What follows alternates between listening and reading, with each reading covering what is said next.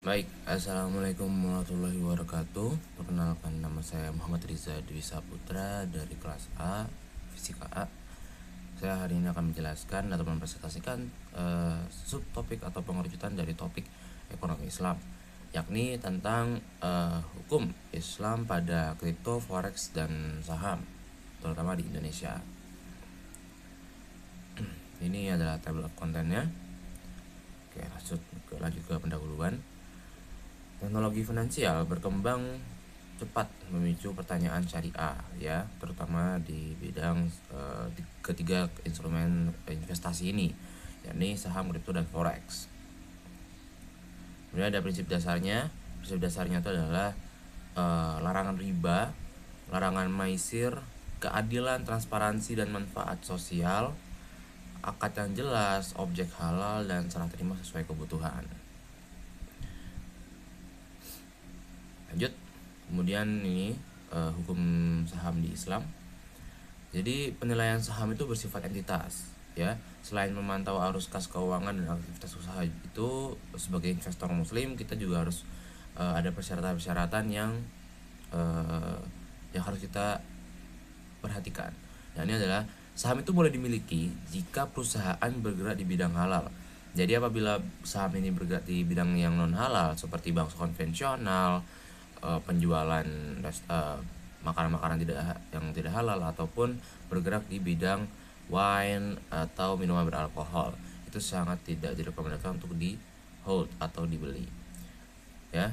Kemudian rasio keuangan tertentu itu seperti utang bunga rendah, ada dan juga OJK dan DSN MUI, adanya daftar efek syariah DES sebagai acuan. Nah, kemudian ada hukum forex di Islam. Nah, forex itu boleh dipandang halal bila serah terimanya spot dan bebas riba. Hal-hal yang membuat forex itu dipandang haram itu adalah forex itu biasanya transaksinya mengandung swap atau overnight interest, dan atau yang menyebabkan dia mengandung riba.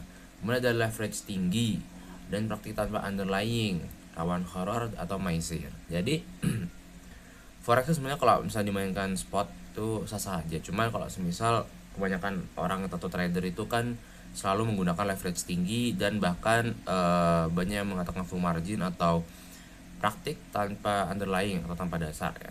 Itu sangat tidak direkomendasikan untuk dilakukan sebagai investor muslim. Kemudian ada cryptocurrency dalam Islam. Nah, kata MUI itu kripto itu sebagai mata uang, jadi bermasalah atau umumnya dianggap tidak memenuhi kriteria mahal. Sebagai komoditas atau investasi itu halal bersyarat. Nah, syarat halalnya itu adalah transparansi, tidak menipu, adanya underlying yang jelas, tidak digunakan untuk kegiatan haram. Nah, pemerintah atau Bapeti itu memperlakukan kripto sebagai komoditas yang boleh diperdagangkan dengan daftar aset legal. Resiko utamanya volatilitas ekstrim dan aset spekulatif tanpa utilitas. Nah, sebenarnya kalau kita mengatakan kripto itu sebenarnya mirip-mirip dengan saham, cuman volatility dan perdagangan di kripto itu lebih sangatlah tinggi, ya. Kalau di cryptocurrency volatility-nya atau volatilitasnya itu sangatlah besar. Jadi volatilitas itu ketidakstabilan harganya itu sangatlah besar, dan perdagangannya itu aktif 24 jam. Jadi resikonya di situ. Dan untuk transparansi, jadi kita lihat setiap proyek yang dilakukan oleh kripto ini apakah transparan, dan apakah sama seperti saham, ya, apakah proyek yang dilaksanakan oleh perusahaan di balik pembuatan kripto atau koin itu ada di bidang yang halal, seperti itu. Nah, ini ada analisis perbandingannya.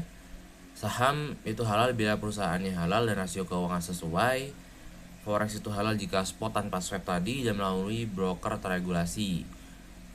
Kripto itu halal bersyarat sebagai komoditas, resiko volatilitas, dan anonymity. Kriteria pemilihan: legalitas, regulator, transparansi, tidak riba, dan manfaatnya nyata. Situ. Kesimpulan dari rekomendasi, investor muslim itu kita harus banget, ya, untuk melakukan verifikasi ganda baik syariah atau regulasi sebelum berpartisipasi. Jika ragu, itu pilih instrumen yang jelas kepastiannya syariahnya, atau konsultasi dengan ahli fikih muamalah. Jadi apabila kita ragu, ya udah Kita mungkin bisa main di obligasi, deposito ataupun surat utang negara seperti itu. Intinya semua instrumen itu dapat dipertimbangkan dengan syarat bebas riba, transparan, tidak spekulatif. Dan prioritaskan juga saham-saham yang syariah, forex spot tanpa swap, via broker terregulasi, dan kripto hanya jika memenuhi syarat syariah dan terregulasi. Nah, praktik baiknya itu adalah cek fatwa atau daftar efek syariah, gunakan broker atau marketplace terdaftar, dan catat tujuan investasi seperti itu. Nah, mungkin itu aja yang bisa saya sampaikan. Saya Riza, mohon pamit, izin undur diri. Sekian dari saya. Wassalamualaikum warahmatullahi wabarakatuh.